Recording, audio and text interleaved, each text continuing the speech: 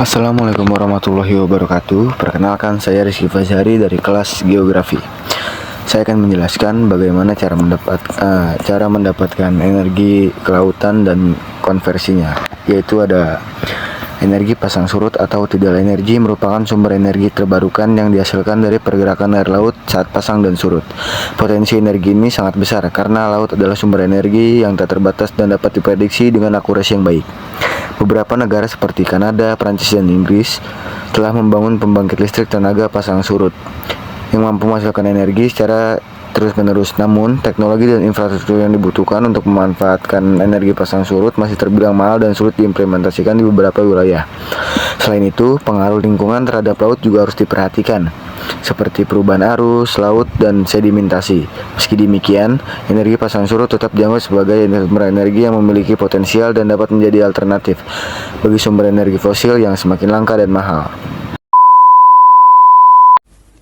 Indonesia punya laut yang luas banget, dan di dalamnya ada potensi energi besar, mulai dari arus laut, ombak, pasang surut, sampai perbedaan suhu laut, semuanya bisa diubah jadi listrik.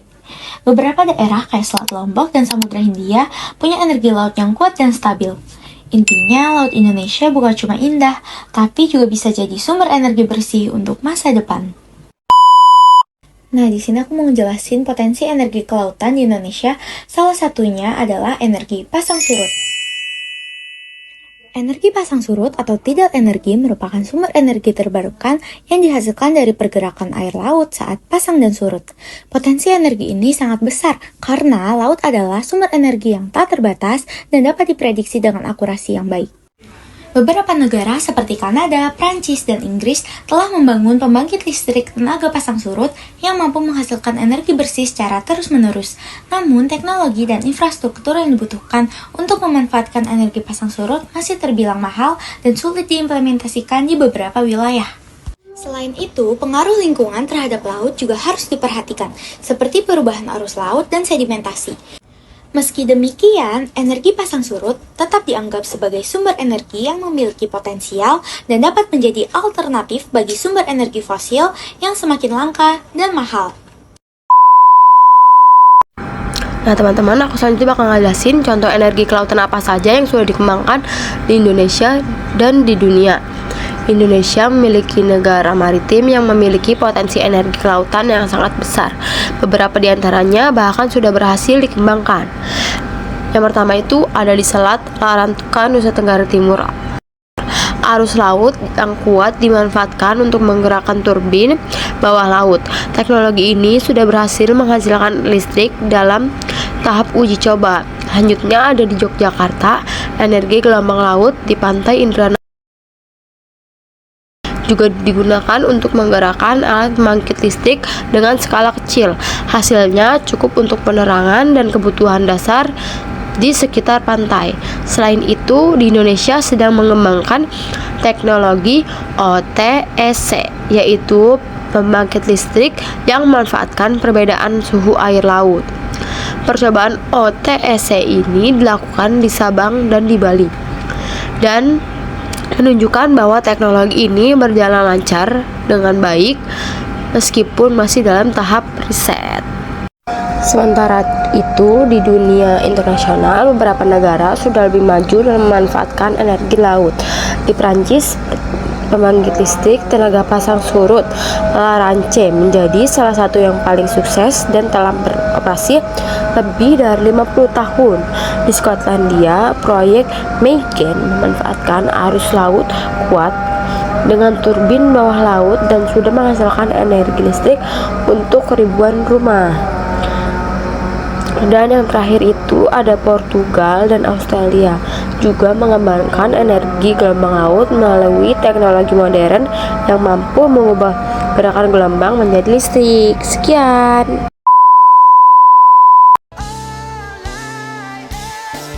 Kendala dari energi laut yang pertama adalah terkait tentang persoalan biaya. Investasi awal yang sangat tinggi terutama untuk pembangunan infrastruktur dasar seperti platform laut, kabel bawah laut, dan sistem penyimpanan energi. Biaya ini seringkali menjadi penghalang utama, terutama di tengah keterbatasan pendanaan riset dan investasi di sektor energi terbarukan nasional. Kendala kedua adalah keterbatasan sumber daya manusia atau SDM, dan riset lokal menjadi hambatan dalam mengembangkan dan mengadaptasi teknologi dari luar negeri agar sesuai dengan kondisi kelautan Indonesia. Sebagian besar teknologi energi laut saat ini masih dikembangkan oleh negara maju dengan karakteristik laut yang berbeda dari Indonesia.